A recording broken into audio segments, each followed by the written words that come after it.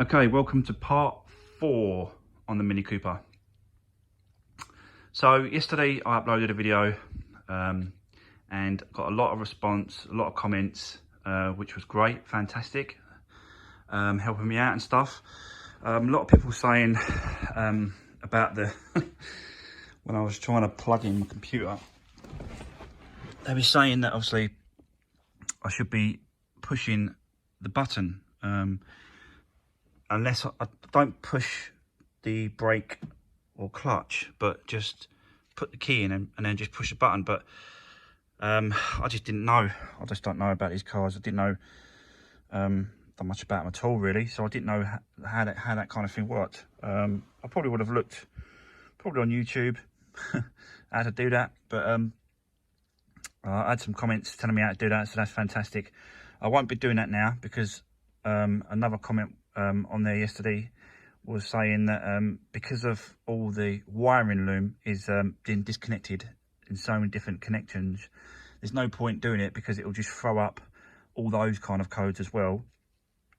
So there's not much point in doing that because it would just be, you know, pointless. So I don't think I'll be doing that now. I'll be leaving that until a later stage. But it's difficult because, like, when it says start engine, you know, I don't want the engine to start, so so I was bricking it a little bit and I didn't really want to push that button, but everyone's saying that, you know, it won't start unless I've got the brake, acceleration, those pedals pushed down. So it'll be okay if I'm not pushing the pedals down. So I'll do that a bit later on, once I get a little bit further along. So after yesterday's update, I carried on for another hour out here doing the car, just to see what I could uncover. And I think I've worked out where the coolant was leaking from. I think I've done it. So I'll just take you back towards the engine. So what I did was, first of all, I unplugged the hose, which is just under here, on the front. Unplugged that hose, took the cable off to see if there was any water or any coolant in the system at all. Put the bucket underneath, and just a small piece, like a small section of water, just clear, no coolant, just water, just come out. So I thought, oh right, okay, so there's definitely no water in the system. So what I did was,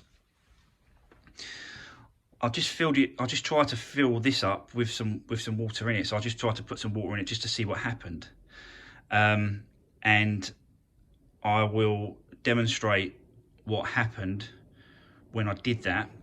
Let me see if I can do this one-handed.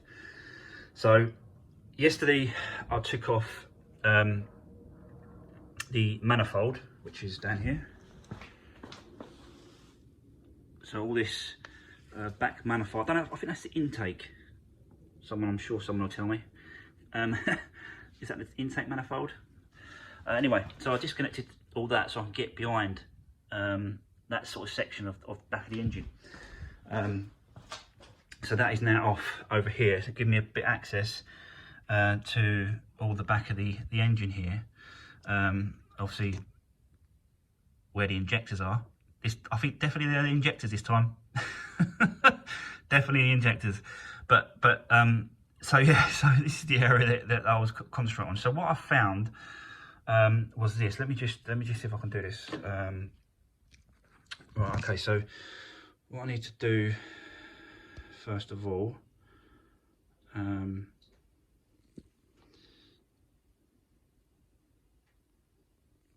I can't do that.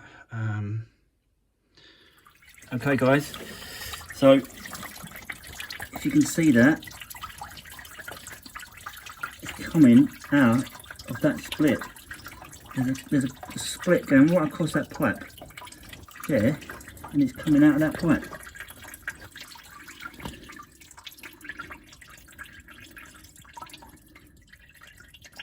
I just put some water in that, and it's coming from that split. So this pipe is split all the way along. You can see that. I'll show you. There's like a crack. The split goes all the way along. All the way along. So this comes out this end from the thermostat, and I'm assuming it goes to the water pump. You can see that pipe there crack right across it, split. So it's just obviously just gushed out of there. I think it goes to that, which is the water pump. I think it goes to the water pump. So yeah, that's where it was coming from. And someone did commenting on I think it was part 2 he was commenting on, and he hit it now on the head, like literally said it. He said there's a pipe running around the back underneath the manifold, he said, and they're quite renowned for sort of just cracking, splitting. So yeah, so that's where it is. That's where the crack. He was spot on when he said that. So yeah, thanks very much for that. That was great. Yeah. So it was bang on, that guy who said there's a split right at the back underneath that rail. Underneath that fuel rail, there's a pipe that runs from the thermostat this end, goes underneath to the pump, and that's a split in that pipe, and it's just gushed out. So that's the issue. That's the problem. It's got to have been. So I've ordered one of them. That's on its way. Hopefully it'll be here tomorrow. Today's Friday, so hopefully it'll be here tomorrow, so I can get that swapped out. And yeah, so just have a good look at everything else and just check, make sure there's no more leaks coming from anywhere else. But I think that's the one. I think that's where it's coming from. So yeah. Also, I'm still gonna try and turn this over. I'm still gonna crank it by hand to see if it'll go. I'm gonna take this wheel off again. Keep getting on that wheel. Take that off. Get underneath there. Try and turn it.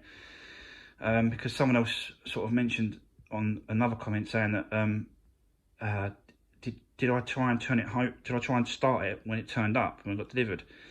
And no, I didn't try and start it, because when I got delivered, the delivery guy turned around and said that he tried to start it, to jump it with his jump pack, but it wouldn't start. He said it would turn over but wouldn't start. But I don't know how it will turn over with all that oil in those sparks. So I don't know how. I don't know. I'm not quite sure. Would it turn over if it was like that? I don't really know, because it's not going to spark, is it? Really? Don't know. So yeah. So there we are. But I did have obviously a delivery today. That's turned up. This is turned up today. I'll open it now.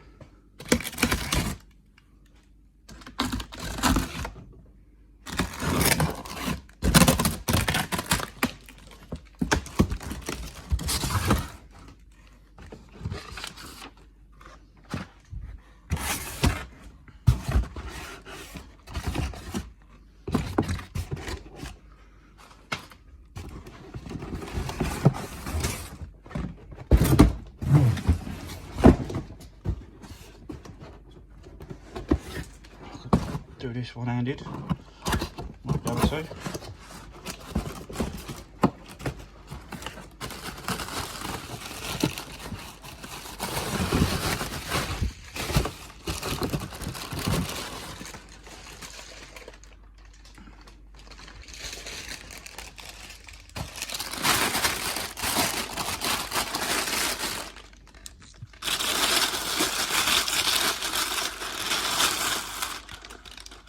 Rocker cover.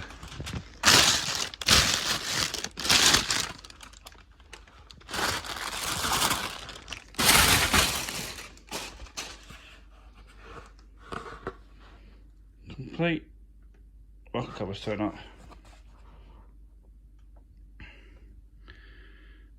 So you can see all that front piece have melted.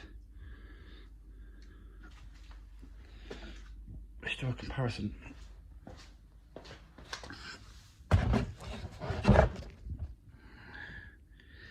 Can't really see. Stick it on here.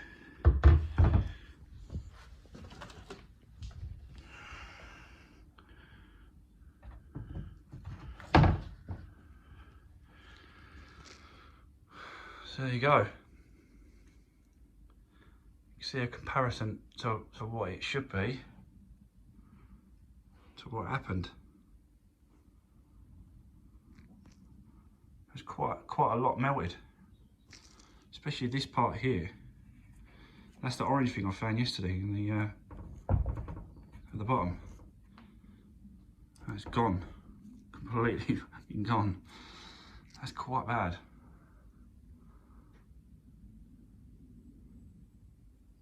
Yeah, there you go. So, carry on. So yeah, like I said, I'm gonna try and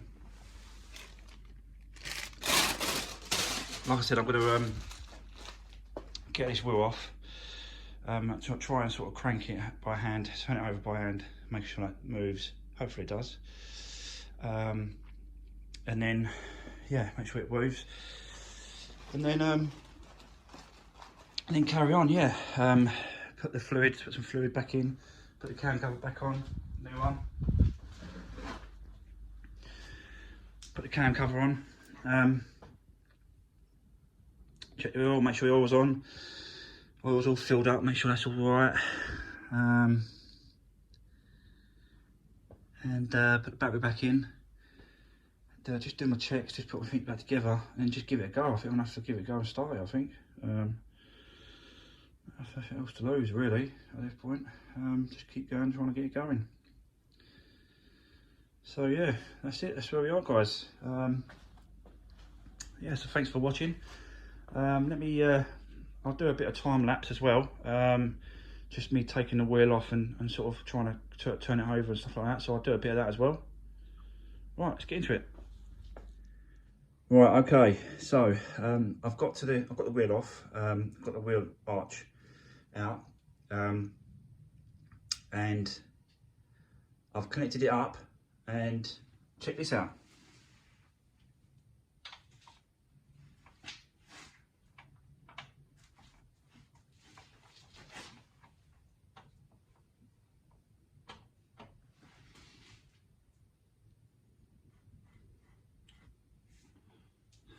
I don't know if you guys can see that,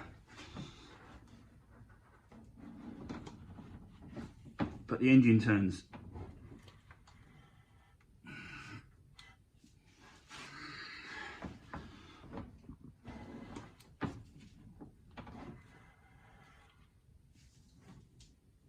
So I think that's a good sign. Yeah. Yep, so she turns. So I took the wheel off, connected it with that and the breaker bar, and she turns. This belt is not good, I think. I'm gonna have to change this belt, I think. It's got too many notches in it, so don't really like that all over the belt. So I'm gonna have to change this belt as well, I think, just to make sure. Yeah, you can see all the slices and splits. It's just not worth it. If I want to go to this effort and getting her back on the road, I think it's worth just doing a good service on it, so I'll just change that belt as well. There's not much to them when it comes to belts and stuff, and just got to find hopefully it's got a tensioner on this one. Just find a tensioner, release it, and then change that belt. I think for what it is, for what it costs for a belt, it's just definitely worth doing. It's a bit oily underneath there, if you guys are going to comment about that, but it's really oily all over really. But obviously it's obviously because it cam cover, it's obviously just spilt oil everywhere, so it does need a good clean up. Yeah, so there we go, that's where we are. Right, so just to recap, we know the engine turns, there's movement in the engine, that turns over, so that's good. I know where the crack is in the pipe at the back, So that's on its way, has been delivered. So I can get on with doing that. So I've got to change the pipe tomorrow, have a good clean up. Still got to clean all this up. Still a little bit of that stuff in there, like you see that crap it is in there. Sorry, I'm just trying to dip the light so you can see it properly, but it's like a little bit, all that plastic, melted plastic stuff all over it. I've got to check to make sure it's not over the springs. It's probably a little bit around the springs there. So I've got to check those are all clear of all the gump. And then just have a good clean up. Get these holes cleared out. And then change the spark plugs. Put the head cam cover back on. And then go through the motions. Right, so that's where we are. I did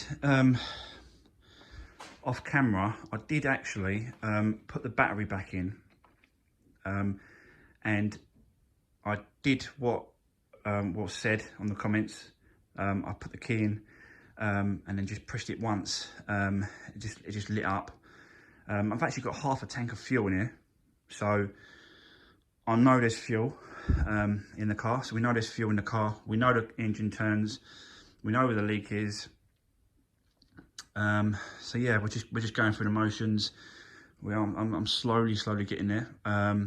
But what I did was quickly, because what happened was when I pushed the button and all the lights come up, the fan come on. Don't know why. If anyone's got any reason why that would happen, maybe the system thinks it come on because it was overheated, so it just come on, and the system, the computer still thinks it's hot, so it's come on.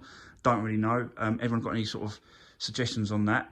Give me a comment below. That'd be great, fantastic, to find out why it's doing that. So the fan just sort of come on, and it stayed on. And then when I pulled the key out, it still stayed on. So I had to put the key back in, press the button again, and then when it stopped, pull the key back out, and then it stopped. It's really weird, really strange. Never seen that before. So yeah, so that's what happened with that. So I managed to get the computer plugged in quickly, and there is an engine management light up on the dash, but there's no codes in the system to read. So that's a weird one as well. So there's an engine management light up on the dash, but the computer's saying there's no codes to read. Bit of a strange one, that one. So yeah, so that's where we are, guys. So thanks for watching. Just keep plodding on with this one. See if I can resurrect it.